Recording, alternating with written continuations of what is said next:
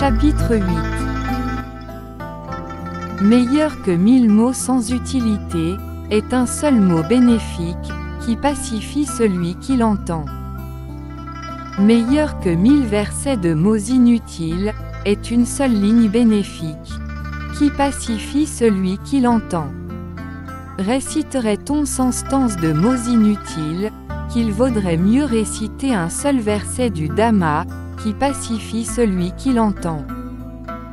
Conquérait-il 1000 fois 1000 hommes sur le champ de bataille, en vérité, il est le victorieux le plus noble, s'il se conquiert lui-même. La conquête de soi-même surpasse, en vérité, de loin la conquête de tous autres, celui qui contrôle soi-même, vivra en paix. Ni un Deva ou un Gandharva, non plus un Mara avec Brahma, ne pourrait changer en défaite la victoire de celui qui s'est dompté et qui vit en se contrôlant sans cesse.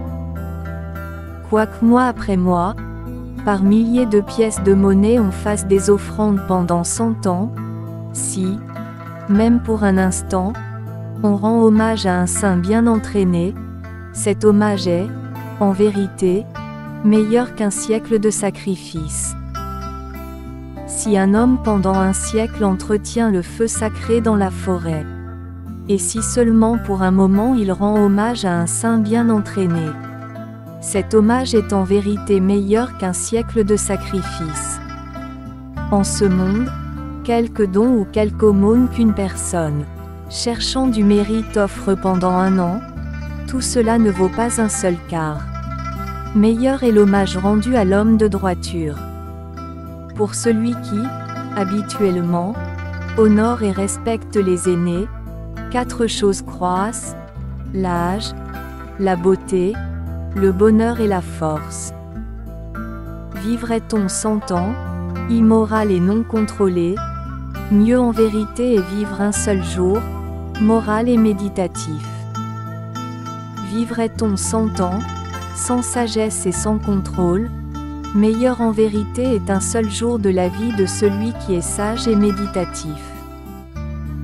Vivrait-on 100 ans, borné et inerte, meilleur en vérité est un seul jour de celui qui fait un effort intense. Vivrait-on 100 ans, sans comprendre la loi de surgissement et disparition, meilleur en vérité, est un seul jour de la vie de celui qui comprend la loi de surgissement et disparition.